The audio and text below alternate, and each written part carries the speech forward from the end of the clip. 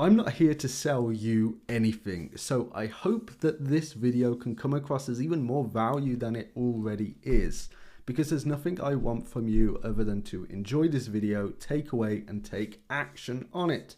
So if that sounds good, you can watch or you can just listen and learn, have it playing in the background whilst you're doing whatever you need to do. So let's explain how you can print with dropshipping. Now, a bit about me. I've done Etsy dropshipping for several years. I basically pioneered the Etsy dropshipping industry, built one of the largest communities in that, helped, probably tens of thousands of people print a lot of money on that. I've done Shopify dropshipping since about 2016 on and off, and now I'm in the brand building game with Shopify, and I have some pretty large brands, some around the 7 figures, some low 6 figures. So that's a bit about me. Let's talk about printing on dropshipping. So the first thing you're going to need to do is you're going to need to be real. You're going to need to look at yourself and your situation. What are your weaknesses when it comes to dropshipping? What's your current financial situation? Do you have a team? Do you have your boys you can work with? Right? And what are your time constraints? Are you at a 9 to 5? Are you, just a bit of a lazy person? Are you a procrastinator? Do you care for someone? Are you a student? Iron out all of these and find your path to get work done. If you don't have the money and you're not in a great financial situation, you're going to find dropshipping hard.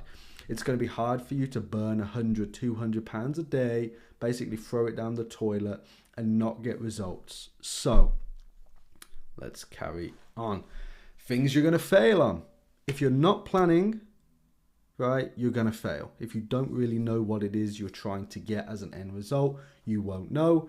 If you choose the wrong ad platform or traffic driver, maybe you prefer organic, maybe you prefer TikTok ads or Meta. I mainly do Meta, so that's what I'm going to go over in this video. Rushing, right, failing to set up your logistics, not checking prices and your break-even ROAS, right? Your first site, your first creatives, your first structure, your first product, they're all going to suck. But that's okay, because that is step one. That's your building block. And as long as you just never stay at step one, you learn and you adapt, and just second iteration is better, you're always going to be in a much, much more dominant place.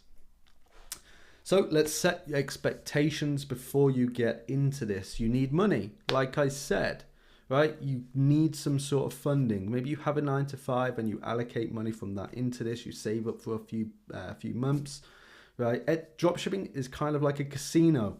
Well, first time you go in, you don't really know what you're doing, right? You're playing blackjack, you don't really have a clue, right? And then the second game, you're a bit better, right? And then you're playing poker, and then you learn to get better odds, okay? You need to sink a lot of time into this. I've done a video on this before, and it basically needs to take up your whole existence to be successful and to print.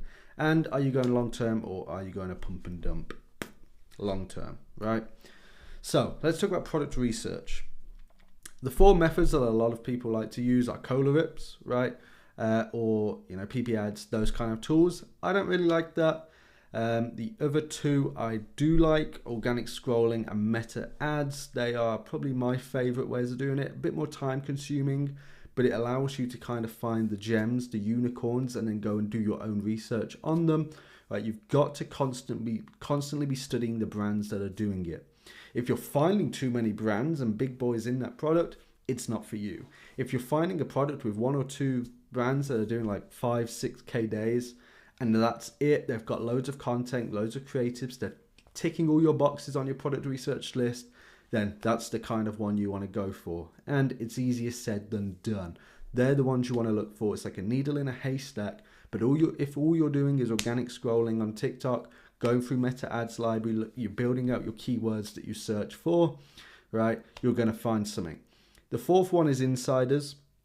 And that's if you have a Shopify insider and you see some guy post their results somewhere, you see someone leak a bit of a screenshot that they shouldn't have done, then you can have an insider kind of like backpedal, find their store. Obviously, much harder to get an insider. Bit sleazy, but you have to be aware of the game, and that does happen, right? So I am going to do a further video breaking down product research fully, but I'm just going over all of the processes that you need to do in this, right? So then it's your store setup. Obviously, you find a product, you find the store. It sounds pretty simple so far, right? But this is about the mindset that you have to do to build it. You know, the store is not the be all or end all, but it cannot make the worst product profitable. If it works in a conjunction with a great product, it's just going to rip and make so much profit. Okay, it's like the Avengers assembling, right? The best store with the best product meshed together, and you just print. Okay, now if you have a team, it's probably best just to have one of your boys that is just solely responsible for the site, for the building the sites for your product test, to setting up the backends, to setting up logistics, to running with your suppliers and doing everything on that end. It's going to make things a lot easier, because then all they have to focus on is making the best sites possible. Okay, then you're building really nice things. And obviously building your site means your whole brand image. That's your logos, that's your color palettes, that's your videos, that's your code on the website that you're creating, you know, your A/B testing, your offer building. Like I mentioned earlier, your first ones are going to suck, and then after that it goes up. You know, as a beginner, I would recommend just like Dawn or Sense theme. If you're mid-tier, use like Shrine. A lot of people talk bad about it, but it works. Okay, it works. There's a lot of neat built-in features that are going to save you money. Sure, it's a bit slow and there's quite a lot of spaghetti code in there, but it's going to do you well. And then if you're more higher end, you know, go to like the Impact theme, which is what, like $400, $500 or something like that. So if you just got one guy in this aspect, right, it takes a huge amount of pressure and a huge amount of mental fatigue away from you, right? All of you should be working on product research. If there's 2 of you, that's great. If there's 3 of you, that's even better, right? One of you guys is there working on the store. You're all working on your product research, okay? And now you have one guy dedicated to ads and all the ad data. You have the store guy that is just constantly analyzing site data, and you're talking to each other about site data and ad data and finding those patterns. So here's the meta ad test strat to launch that we use. So we start with warming up the page, and that's just engagement campaigns, getting likes into the page, getting likes in onto the actual ads. Okay, so they're getting comments, they're getting likes, they're getting views.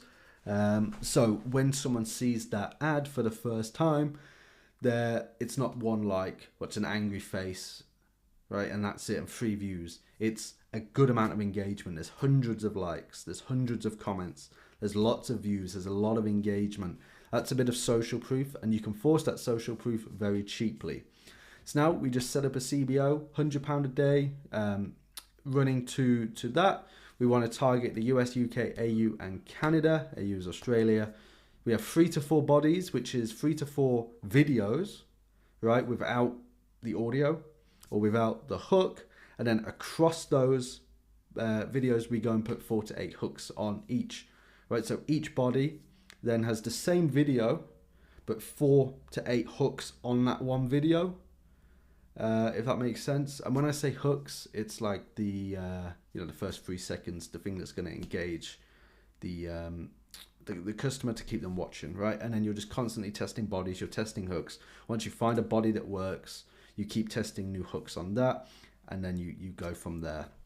Schedule for midnight and keep the ad copy nice and simple. So we're doing a CBO, campaign budget optimization, and this is basically it. So without a campaign budget optimization, you know, each of these are conversions, but every single one is getting the same amount of spend from Meta, right? So we have the ad sets here.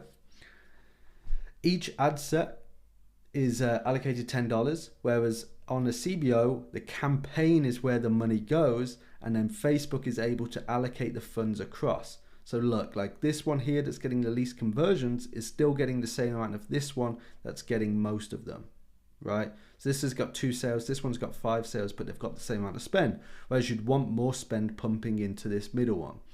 So like it says here, right? So the money, the budget, which would be £100 a day, is into the campaign. So now Facebook gets to choose and analyze and see which ones it wants to push. and then the budget adapts. Okay, pretty simple. I'm going to do a video more in depth on this later on, but that is just a super quick breakdown. In terms of what metrics you want to look for in this, you know, you want your CPMs under £30. You're going to have to do your conversions for this yourself. You know, your CTRs, if they're above 1.5%, not bad. Hook rate over 30%. You know, day one, you want some sort of buy intent. You want some sort of add to cart. And if you get a purchase, fantastic, right? But when you're spending £100 a day testing, you're going to be losing. You have to just accept that this £100 is gone, right? There's a chance that I'm going to get nothing back from this, which, you know, if you're in a poor financial situation anyway, it's pretty damn stressful, right? And that's it. That's just how to print with it in a very, very simple breakdown, probably the simplest breakdown you're ever going to get. It is just like that. If you want me to go over anything more in detail, I will. I'm not selling you anything. Follow me on Instagram. I've got a little ecom group in the description, Discord.